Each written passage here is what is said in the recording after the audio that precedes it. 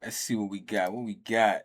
Why Pusha T keeps dissing Travis Scott. Once label mates under Kanye's Good Music umbrella, even releasing songs together back in 2013, and with hopes of plenty more collabs on the way. My next album, man, I need Travis to executive produce my next album. Oh, wow.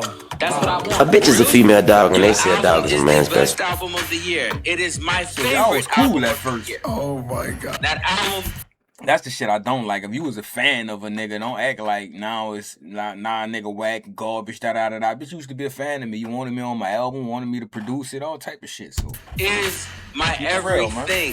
Fast forward to today though, and it's the total opposite. Not only would Travis Scott never executive produce Pusha's next album like they discussed, but now Pusha T has completely cut ties with Travis Scott, literally calling him a whore in his latest interview. Unfortunately, it doesn't stop there. This Travis, he's harmless. I'm not into his whole makeup. I took it there. Having cited 3 specific examples of Travis Scott's behavior in the past, with one unforgettable day in Paris marking the final straw, don't get it fucked up. I don't like Travis Scott neither, but I don't really fuck with Pusha neither. The reason why Pusha T is attacking Travis is nothing small. However, the truth is, even Travis Scott's biggest fans are agreeing. Now, rappers splitting up from each other is by no means anything new, as with their big egos and deep pockets, this can often lead to conflict, resulting in even some of the most popular duos in hip-hop history, ending their relationships on ugly terms. But although Travis Scott and Pusha T were never exactly best friends, they still have over a decade's worth of history together. Prior to his debut mixtape, Travis Scott was a 20-year-old broke college dropout who was cut off by his parents. However, that was until one night which changed everything. Hey bro, can you make me something that sounds like I just died, went to heaven in Japan? Travis Scott, period. Like I like probably 1 or 2 songs, but they make it seem like he's superstar. I don't see it. Maybe it's his shows or something. Following an unexpected phone call from Kanye West, next thing he knew, Travis Scott was on a flight out to New York. Then, after getting greeted by Kanye with the Doritos taco from Taco Bell, which, despite loaded with sour cream that he hates, Travis ate it anyway, saying, quote, "That taco was so f***ing disgusting, but man, I wouldn't even notice." Kanye, though, could notice the superstar potential in Travis Scott right from the start. So I was like, man, this plate is fresh, and this taco is nasty. But I took it, ate it, it had sour cream all over it. I was like, oh my God. Because you can't really say anything, right? Yeah. See, around this time when he first blew up, what was the lore? Like, I don't see nothing, the sound, and like nothing, like why did people... Yeah, I was like, man, yes, I'm about to eat this taco, like, what's up? And with his own record label, Good Music, taking shape at this time, with names such as Big Sean, 2 Chainz, and Pusha T, it was only right for Houston's Travis Scott to join the crew. I'm Travis Scott, and I'm signed to Blank Music, whether I admit it or not. Good. At first, though, as you heard right there was a lot of speculation around whether Travis was actually signed to Good Music. But with the release of the label's only compilation album, Cruel Summer, in 2012, these rumors sparked even more, as 20-year-old Travis Scott was able to land 3 credits on one of the biggest albums of the year. And besides his feature verse rapping on track 8, Sin City, which was the first time a lot of us ever heard of Travis Scott, he also has production credits on 3 songs, including this one, The Morning, which includes a verse by Pusha T. To make it official, Travis would ink his new contract with Kanye's Good Music label in November of 2012, back when he still used the $sign in his name. However, he did not sign as a rapper, but rather instead as an in-house producer. So tell us about the working relationship with Kanye. What do you guys do together? You know, he's like one of my like really good friends. It's just like crazy. We spend a lot of time together, like bouncing ideas and like, you know, creating music, like starting on ideas or like starting on beats or like raps or even just like conversation about videos or even just like stuff that doesn't have to do with music. In retrospect, this was pretty pointless, as not only would Travis only produce those few tracks for Ye, but then went on to launch his own record label, Cactus Jack, just a few years later. However, by partnering with Good Music and all of its stars in 2012, Travis Scott hoped this move would propel his career to new heights. And to kick things off, came the highly anticipated release of his debut mixtape. When I read that you refer to yourself as the Owl Pharaoh, what sound does an owl make? Ooh. Mike Jones!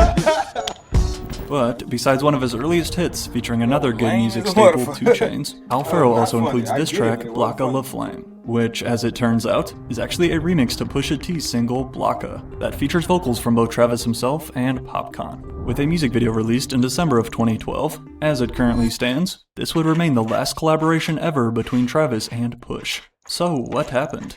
Well, over the next few years, Travis Scott exploded into a star, following in his mentor Kanye West's footsteps and linking with more good music artists for hits. In 2015, which was the same year that we saw Pusha T get appointed president of Good Music, also came the release of Rodeo, Travis Scott's incredible debut album. As we can see though, Rodeo was not released under Good Music, as remember, Travis was apparently just signed as a producer for a short time. However, that definitely doesn't mean they were on bad terms. The album literally includes a Kanye feature, but then just a year later in 2016, after Seen Together Here at the iconic you don't hear about Kanye and Travis with a beef. Is more for Pablo listening party at Madison Square Garden in August of 2016 arrived Birds in the Trap, which, as Pusha T calls it, I gotta say one thing. I just put an 8 in a liter. Throw some Jolly Ranchers in, make it sweeter. Versace buy clothes on with a white Gucci snorting 3 lines like Adidas. Remix! First of all, I gotta tell you, bro, your album is my favorite album of the year. Oh my God, bro. Here we got it right here. No, listen. No. Real. Your album is the best album of the year. It is my favorite album of the year. From working out to driving. I'm getting tickets in my 911 to that. Oh my God. Trust me. I'm on it right now, bro. This means so much to me, bro. That album is my everything. Bro, I'm extremely proud of you. You always been great, but this is next level. In promotion for his second studio album, Travis Scott and his DJ, Chase B, teamed up with Apple Music for a new show called Wave Radio. And as you just heard, Travis would enlist Pusha T as a guest for episode 5, chopping it up together as homies about everything from their new albums to even the 2016 presidential race, as well as Travis asking this about Pusha's famous collab with McDonald's. I got a question, bro. This is a real question, bro. Yeah. This is something I want to know. Did you write the McDonald's jingle, I'm loving it? Yes, man. Oh my God. God. Yo. But I thought the I'm loving it thing been out for like years since McDonald's first came out. So how did he write that? It's so crazy. It was like one of my first like big checks. Push confirmed that he did indeed write that iconic McDonald's jingle. But besides continuing to share his praise for Travis Scott and his new music, right before hopping off the phone, then came this request. Listen, y'all, hold on. I gotta put this out there before we get off the phone, man. I told y'all, Travis' album is my favorite album, man. Yep. My next album, man, I need Travis to executive produce my next album. Oh, wow. That's what I want. All I'm gonna do is I'm gonna throw you every bar I got, and I'm gonna let you place them on them tracks however you want them to lay and call it a day. I don't even want to look at it. I just want to leave it with you and just walk away. And just let that be that. Say no more. Done deal. On the record, Travis is doing Pusha T's next album, executive produced by LaFlame. Say no more. We got it. Bad. Obviously, Travis Scott would never go on to executive produce an album like Pusha T had wanted. But even just listening back to this episode now, it really makes you wonder how the two's relationship crashed down so hard only a few years later. However, thanks to Pusha T's new diss track, as well as his recent interviews, we now know the exact truth. As far as I'm aware, straight up calling another rapper a in a publicized interview had never been done before. But he said he started beefing with him because of some shit Trav did to Pharrell. And I don't believe that. That's exactly what Pusha T just called Travis Scott multiple times. Along with this funny comment too by the journalist, print can't do justice to the disdain in Pusha's delivery here. In preparation for their first album together in over 15 years, biological brothers Pusha T and Malice, who make up the rap duo known as Clips, released their first single together since 2009 called Ace Trumpets. Clips is back. That's what I cared about. Album? The album is coming July 11th. July 11th. Single is out. Now, Malice did have a feature on Push's 2022 album, It's Almost Dry, but again, their return as a duo had been anticipated for more than 15 years. However, we would have actually gotten the album a lot sooner if it weren't for one major problem. After initially playing their new album for their label Def Jam back in early 2024, one particular song featuring Kendrick Lamar stood out. But not for good reason. They wanted me to ask Kendrick this, but I didn't know it was in 2024. To censor his verse, said Pusha T. This album just came out, 2025, right? Of course, I was never doing. And then they wanted me to take the record off the album. While it is definitely strange for a label to not want to include a feature from literally Kendrick Lamar on your album. And why would they do that?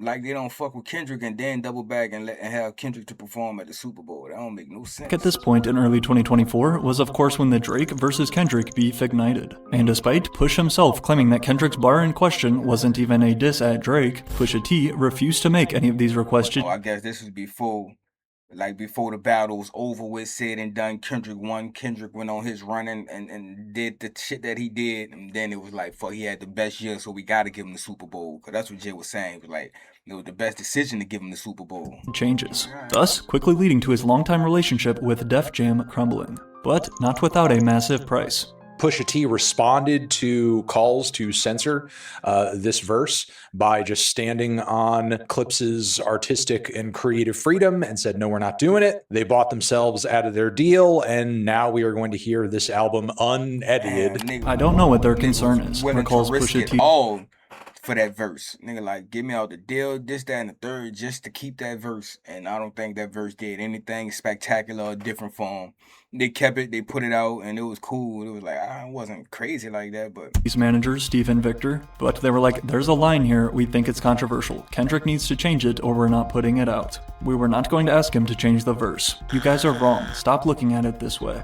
After even trying to convince Def Jam to just let them release this one song somewhere else to avoid any complications. Their response though? How about you just... They was willing to stay on Def Jam. They like, shit, well, just let us release the one song somewhere else and y'all can still keep the rest of the album. Def Jam said, fuck no. Find somewhere else. I'm surprised Def Jam let them out. They must have had to pay big dollar, top dollar.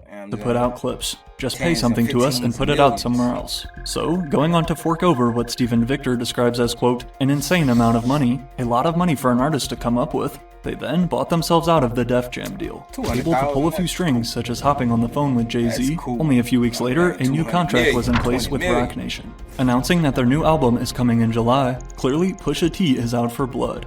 I hate every last one of you, he typed on Instagram. But although stating that he has no interest in baiting Drake back into their beef, while some fans will tell you that he's just doing this for album promo, this time Pusha T has taken aim at another superstar rapper, Travis Scott. Him specifically too. I don't take it as personal as I should. It's Travis.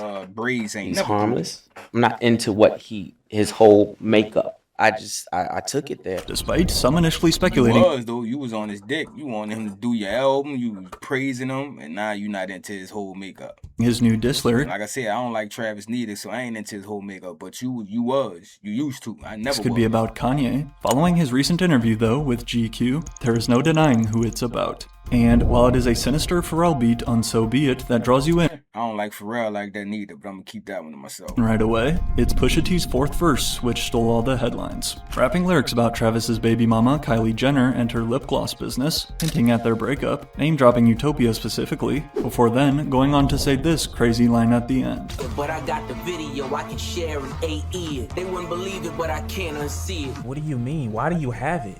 What do you mean you have it? You freak ass, what do you mean you have it?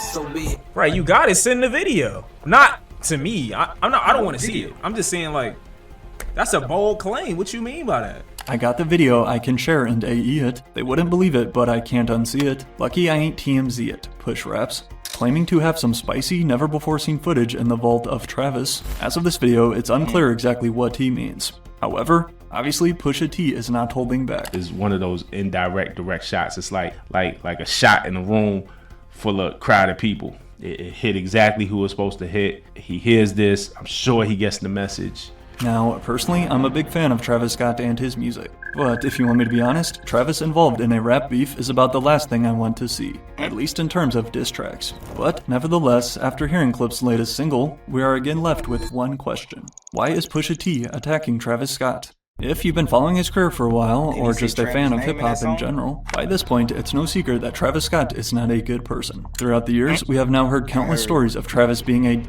and super disrespectful to other people, which, as it turns out, is where Pusha's problems begin.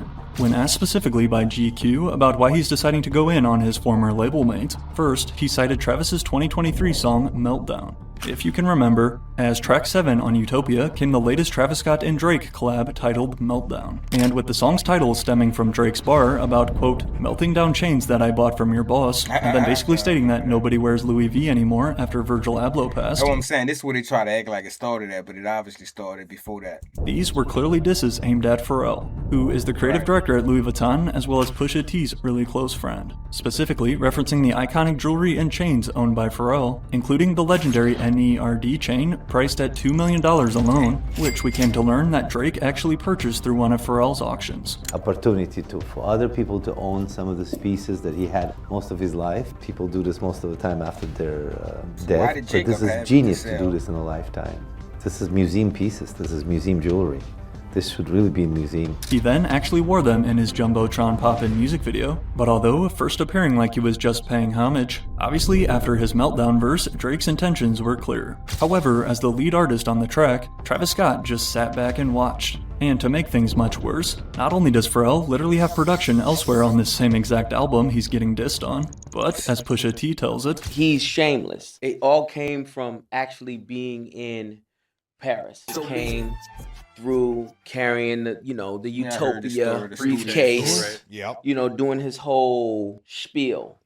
He comes, he interrupts the session. The next day, the Meltdown verse or whatever comes on. The true context of that is we were in Paris literally working and he was calling to play P his new album. He came to Pharrell's studio at LV headquarters where Clips was recording and interrupted a session, Push recalls. He sees me and Malice there and he's like, oh man, everybody's here. He's smiling, laughing, jumping around doing his f***ing monkey dance. We weren't into the music, but he wanted to play it and wanted to film me and Pharrell listening to it. But then, a week later, we hear Meltdown, which he didn't play. Well, he played the song, but not Drake's verse. As Pusha T tells it, Travis insisted on playing him and Pharrell Utopia before at that time, Pusha, you better not be vibing to it like you like it if you wasn't really feeling that shit. Released, and filmed their reaction. Footage that we can see right here, but yet apparently elected not to play them the song, where they get dissed on by Drake. However, on the other hand, according to DJ Academics, he claims that Pusha T has his timeline off. They say you got your info wrong. They say you must just be trying to sell an album. You're dissing Travis for no reason. They said, basically, whenever that song got played for you, Meltdown, Drake did not record on that song at that point. He couldn't play it. But you still wouldn't put Drake on it and you know Drake. When I started my record label, the business side of things, beefing with them. Taxes, unless it was no beef until that verse came about. Says Pusha T is only doing this to sell more albums. And to support his claims, also is the fact that Drake's Meltdown verse is missing from all of the Utopia vinyls. Again, likely due to it getting turned in right before the release. But regardless though, as another fan puts it, this still doesn't make this any better. If he played the album for Push and Pharrell a week before he put disses on there about him, that's still a snake move, and there's no dressing that up. In my opinion, they are correct. Asking an artist for feedback just to turn around and let someone else diss them on your album is pretty lame. Probably ain't like the feedback Pharrell gave him. Pharrell probably told him, nah, you need some more work, youngin'. This album ain't it. Whoever? Travis probably said, well, yeah, you put the boy on it, have him do what he did. And Push didn't stop there. He's done this a lot. He has no picks. He'll do this with anybody. He did it with Sicko Mode, on which Drake seems to diss Kanye off his third album Astroworld, despite Travis's close ties to him. Push then referenced last spring, when Travis Scott joined Future and Metro Boomin on stage at Rolling Loud Cali, and excitedly asked them to play their collab Like That for the first time, which disses Drake. Hey, before y'all get out of here, bro. I'm thinking you super cool with Drake or something. Nigga said, man, put that diss track on, man. Please, fuck bro. that boy. Put it on. I'm sorry, bro. Metro's trying to get out of here. Like, nah, Metro, you gotta let that shit go right now, bro. Them the seven dope is you like that? Man. Oh, they might gotta wait on that one. I ain't gonna lie. They might gotta wait on that one. He was on that Rolling Loud stage like, play that. Pusha T continues in his interview. He don't have no picks, no loyalty to nobody. He'll jump around to whatever he feels is hot. That filthy quality that they have about themselves and that lack of loyalty, Travis really has that. He's proven. I just named 3 people that he does that type of behavior with. I'm just not one of them. Dog, I ain't with that. Now, as I mentioned earlier, the majority of Travis Scott's fanbase are actually agreeing here with Pusha T, when saying that Travis has no loyalty and only does what benefits him. But as for Pusha T, combined with dealing with all of the drama his former label boss Kanye has brought his way over the past few years, his patience has finally expired. He does this numerous times. You know what I'm saying? He'll do it with his mentor. Right. Yay. Even instrumental in the in the whole beef now to like that verse. Right. You know what I'm saying? Egging that on. I don't want nobody who don't rap to egg nothing on. You don't rap. Stay out of rappers' business. You specifically stay out of rappers' business. I've already dealt with the lack of loyalty from his mentor, the guy he looks up to, Push said, referring to Kanye. Travis I've been got dealing writers, with the don't corny that goes along with them. So it's like I'm in a whole nother place. Pusha, you know that. All that tough guy shit. What a tough guy shit, nigga. All these records about all the people you'll kill and all the drugs y'all sell. And this was a real crazy one to see them two fall out. Like they were so close and tight, and he made him president of good music. Like I thought Pusha was gonna stick by his side, but I don't know. Classic Whatever Kanye wrong style, at. though. Only a month after his livestream rant, then came this tweet. I miss me and Pusha's friendship. Look. However, as it stands, it's unclear if Travis Scott feels the same way about Pusha T. Once close label mates and collaborators with big plans for the future. Yeah, this ain't really explain shit. It really sound like Pusha did start beefing with him over nothing. It sound like he tried to say it's because of the Pharrell shit by him put Drake on that verse, and I don't know. I think he had some animosity from Travis not producing his next album, or Travis probably didn't give him a verse or some shit like that. That's all I can see on some hating shit, but I don't like neither one of them. Both of them trash. That Clips album came and went. Ain't nothing spectacular on it. It didn't stand out or none of that shit. You know, it is what it is. If I'm wrong, prove me wrong. Put in the comments. Do it for the boy, just do it for the boy, just do it for the boy, do it, do it, just